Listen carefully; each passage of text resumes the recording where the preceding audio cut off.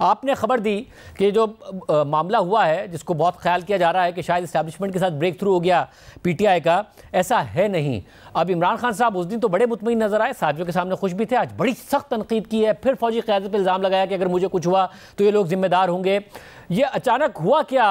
कि राब्ता होता है, ज़ाहिर सुबह 7 बजे मुलाकात होती है, अलीमा खान साहबा कहती है इस्टेब्लिशमेंट नहीं कराई, आज़म सवाती की मुलाकात, अपनी पार्टी पर ही शदीद तनकीद करती हैं, फिर अचानक सब बदल गया है। आज क्या हुआ ये? देखिए शाहजेब साहब, बहुत शुक्रिया आपका। अगर तो कोई सब्सटेंटिव बात हुई होती तो वो कोई बच्चों का खेल तो है नहीं कि एक दिन राब्ता हुआ और एक दिन में ही सब कुछ ख़त्म हो गया। यहाँ तो मामला इस तरह से है कि बेशक ज़ाहिर बात है, बहसियत सहाफ़ी जिस तरह आप अपनी किसी चीज़ के ऊपर मेहनत करते हैं, सच्चाई जानने की कोशिश करते हैं, तो कुछ फैक्ट्स को मैंने भी कुरेदने की कोशिश की, उसमें बहुत से लोग शामिल थे। तो तासुर ये, या इनफैक्ट जो कुछ चीज़ें सामने आई वो ये थी कि जलसे की को मौखर करने के लिए, उसको पोस्टपोन करने के लिए इंतज़ामिया ने ज़रूर रब्ता किया था पाकिस्तान तहरीक इंसाफ से, और किसी शख्सियत से, किसी सिविल शख्सियत से जब मेरी बात हुई इंतज़ामी मामलात के अंदर, वो बहुत अहम थे, तो उन्होंने बताया कि जी इस शख्स से और इस तरह हमारी बात हुई। गंडापुर साहब को भी कॉन्फिडेंस में लिया गया, बताया गया, और फिर बाकायदा तौर पर उनकी मुलाकात भी इमरान खान साहब से करवाई गई। लेकिन इस पूरे मामले के अंदर जो पाकिस्तान की एस्टेब्लिशमेंट है या आईएसआई की इन्वॉल्वमेंट थी, वो इंटेलिजेंस शेयरिंग तक थी या सिक्योरिटी कंसर्न्स के हवाले से मामलात बताने तक थी। लेकिन इमरान खान साहब को मिलकर ना ही किसी ने कोई डायरेक्टली बात की है, सिर्फ आज़म सवाती साहब गए हैं या बैरिस्टर गौहर खान साहब शायद उनके साथ तशरीफ़ ले गए, वहाँ बात हुई, वापस आए। ना इमरान खान साहब किसी ने ज़ोर ज़बरदस्ती किया, बल्कि उन्हें बताया गया जी कि ये हालात है तो शायद काम ख़राब हो जाएगा। हुकूमत ने बेशक उसको ये रंग दिया कि हमने सेविंग ग्रेस दी है, वो भी शायद थोड़ा सा ओवरबोर्ड चले गए, ऐसा नहीं था। लेकिन मेन कंसर्न ये था कि उसके अंदर जो एक बहुत बड़ी वजह बताई गई शाहजेब साहब कि जब से ये जो अफगान मुहाजिरीन हैं इनको वापस भेजने का सिलसिला जारी है, तो एक कुछ किसी जगह पर कोई रिजेंटमेंट भी आ रही है, इश्यूज भी आ रहे हैं, and some people are on the loose. तो उसको सस्पेक्ट करते हुए ये जहन में रखा गया जी कि एक तरफ इतना सेंसिटिव मामला है, ऑलरेडी वज़ीर आज़म को कुछ डिप्लोमेटिक सर्कल से बड़ा स्ट्रिक्टली बड़ा ये नापसंदीदगी का इजहार किया गया वज़ीर आज़म के सामने कि जी ये क्या तरीका है कि रेड जोन के अंदर इस तरह के एहतजाज शुरू हो जाता है और वल्नरेबिलिटी बढ़ जाती है बहुत सारे मामलात की। तो वो एक कंसर्न शुरू हो गया। इसी तरह इसी तरीके को बढ़ाते हुए फिर तहरीक इंसाफ का जलसा मुलतवी करने के लिए भी बाकायदा तौर पर कहा, और उसके अंदर इतना किरदार आईएसआई का या एस्टेब्लिशमेंट का ज़रूर हो सकता है। लेकिन इमरान खान साहब से ना ही कोई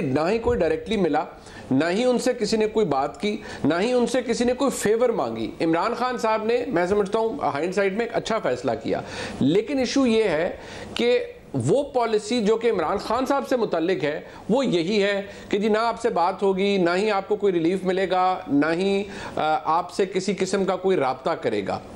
बल्कि जब इस बात की वजाहत के लिए बहुत से लोगों से बात की गई, बहसियत सहाफ़ी आप भी करते हैं, मैं भी करता हूँ, तो इतना सख्त रिस्पांस आया कि ये किसने झूठ फैलाना शुरू किया है। तो हम जैसे लोगों ने यही कहा जी कि झूठ है या जो भी है, ज़ाहिर बात है जब हुकूमत एक सियासी लीडर से बात करेगी और उसे कहेगी कि जलसा मुलतवी कर दो, तो उससे इशू तो होगा।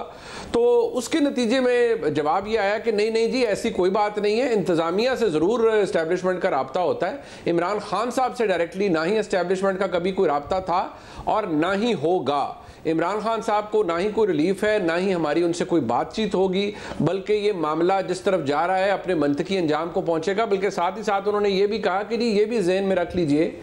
कि जो जनरल फैज़ हमीद का मामला है वो ऐसा नहीं है, ये भी तासुर गलत है कि अब तफ्तीश हो रही है। तफ्तीश वगैरह सब कुछ मुकम्मल हो चुका है, अब तो सिर्फ प्रोसेस मुकम्मल किया जा रहा है, और जैसे ही प्रोसेस मुकम्मल होगा उसके नतीजे में सज़ा भी आ जाएगी। और सज़ा का ना होना ये पॉसिबिलिटी है ही नहीं, सज़ा तो हर सूरत होगी, सिर्फ उसका तयन होना बाकी है कि वो कितनी होगी। मतलब अगर इमरान खान जब प्रीएम्प्ट कर रहे हैं इस मामले को भी, तो वो कह रहे हैं कि ये भी सब कुछ मुझे फंसाने के लिए हो रहा है, तो क्या वाकई ये जनरल फैज़ हमीद के गिर्द जो भी कुछ हो रहा है, जो भी घेरा तंग हो रहा है, वो इमरान खान ही को फंसाने के लिए हो रहा है कि मामला वहां तक लेके जाया जाए? शाहजेब साहब देखिए, बात एक दावे की है या क्लेम की है, मैंने पहले भी आपके सामने हमेशा अर्ज किया और मैं अब भी कहूंगा कि देखिए, कोई अगर दावा करता है तो ओपन कोर्ट में तो नहीं है। जिस तरह मैं और आप ये सवाल हम करते हैं कि ठीक है जी, आप जरूर सजा दीजिए, लेकिन 9 मई के मामलात के अंदर कन्विक्शंस नहीं हो पाई हैं, तो जवाब उसका यही आता है कि या तो प्रोसिक्यूशन कमजोर है या इतना इंक्रिमिनेटिंग एविडेंस नहीं है। लेकिन यहां जो मामला है उसके ऊपर भी दावा यह है कि जी इमरान खान साहब के एमा के ऊपर बहुत कुछ होता रहा है, ठीक है, मान लिया, लेकिन उसका कोई सबूत तो होगा, उसकी कोई ना कोई कड़ी तो किसी ना किसी जगह जुड़नी चाहिए।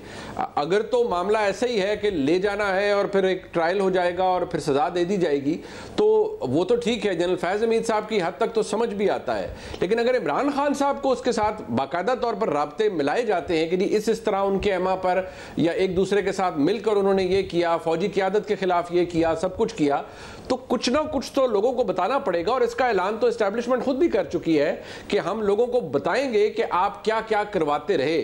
तो मैं और आप इंतजार ही कर सकते हैं कि फिर बताया जाए कि इमरान खान साहब जनरल रिटायर्ड फैज हमीद साहब के साथ मिलकर क्या क्या करते और करवाते रहे। अच्छा, और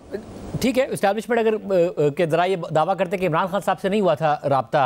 और आजम सवाती गए या फिर अगर चीफ मिनिस्टर खैबर पख्तूनख्वा की बात हुई, मगर ऐसा तो होना नहीं था कि इमरान खान साहब ने फ़ौरन मान जाना था और सुबह 7 बजे सिर्फ और सिर्फ इंतज़ामिया या हुकूमत के कहने पर अडियाला के दरवाजे खुल जाने थे। तो ये सब हुआ तो कुछ ना कुछ तो एश्योरेंस इमरान खान साहब को भी दी गई होगी, जिसकी वजह से वो इतना खुश थे उस दिन सहाफ़ियों के सामने, और वो ये कह रहे थे कि मैं कभी बात ना करूँ इस फॉर्म 47 वाली हुकूमत से। और उनकी कापी टांग जाती है जब इनको पता चलता है कि इस्टेब्लिशमेंट और हमारा कोई ना कोई राब्ता हो गया, तो वो तासुर दे रहे थे। उनकी बहन भी कह रही थी इस्टेब्लिशमेंट की मां पर हुआ है, तो कोई ना कोई तो गारंटी दी होगी इमरान खान साहब को मनाने के लिए कि ना करें भी फिलहाल जलसा, जिस पर आज वो पछता रहे बकौल मरवत साहब के।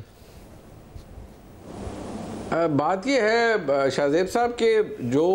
खबरें हैं वो कि जब आजम सवाती साहब को 7 बजे भिजवाया गया तो इमरान खान साहब उस वक्त सो रहे थे, बल्कि जो लोग ये क्लेम कर रहे थे वो तो कह रहे थे कि ये भी तासुर है कि इमरान खान साहब अलग सुबह उठ जाते हैं। वो 7 बजे आराम कर रहे थे और उनको बाकायदा तौर पर जगाया गया और आजम सवाती साहब ने उन्हें जाकर सिर्फ वही बताया कि जी हमारे ये हालात हैं, ये हमें बताया गया है कि इस तरह का ख़तरा है, लिहाजा ये जलसा हम मुलतवी कर देते हैं। तो जवाब उसके हवाले से जो इमरान खान साहब का आया वो यही आया कि ठीक है, लेकिन अगला जलसा मुलतवी नहीं होना चाहिए, ये सेंसिटिव हालात हैं, तो चलें ठीक है हम कर देते हैं। लेकिन